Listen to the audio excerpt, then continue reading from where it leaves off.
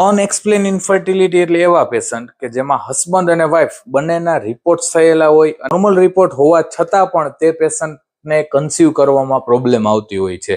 આવા કિસ્સાને આપણે અનએક્સપ્લેન ઇન્ફર્ટિલિટી તરીકે કાઉન્ટ કરી શકીએ. અનએક્સપ્લેન ઇન્ફર્ટિલિટીનો મેજર ચંક એટલે કે 90 to 95% કિસ્સાઓમાં સ્ટ્રેસ એ એક મેજર ભાગ ભજવે છે કે સ્ટ્રેસ લેવલ વધારે હોવાથી કે બાળક કન્સીવ કરવામાં પ્રોબ્લેમ થતી હોય છે. સ્ટ્રેસ લેવલ ઘણી અલગ અલગ વસ્તુઓથી એડ ઓન થાય છે. ફર્સ્ટ છે ફેમિલી પ્રેશર. મેરેજના 3-4 વર્ષ થઈ ગયા હોય, મતલબ કે ફેમિલી પ્રેશર એવું હોય છે કે હવે તમે બાળક કરી લો. તો આ એક ફેમિલી પ્રેશર છે કે જે સ્ટ્રેસના એડ ઓન થાય છે.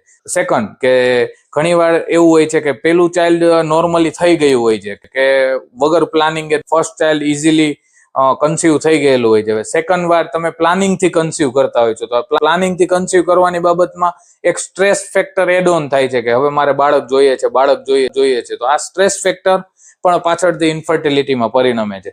થર્ડ, ઘણાની જોબ અને લાઈફસ્ટાઈલ એ રીતની હોય છે કે જોબનો શેડ્યુલ ચેન્જ થતો હોય છે. નાઇટ ટાઈમ જોબ હોય છે, ડે ટાઈમ જોબ હોય છે. એ રીતે શેડ્યુલ ચેન્જ થતો રહેવાથી તેની હેલ્થ અને સ્ટ્રેસ ફેક્ટર એનાથી પણ એડ ઓન થાય છે. એટલે આ મેજર 3 ફેક્ટર છે કે જેનાથી કોઈ પણ પેશન્ટમાં સ્ટ્રેસ લેવલ ઇન્ક્રીઝ થતું હોય છે અને આ સ્ટ્રેસ લેવલ અલ્ટિમેટલી અનએક્સપ્લેન ઇન્ફર્ટિલિટીમાં પરિણમે છે.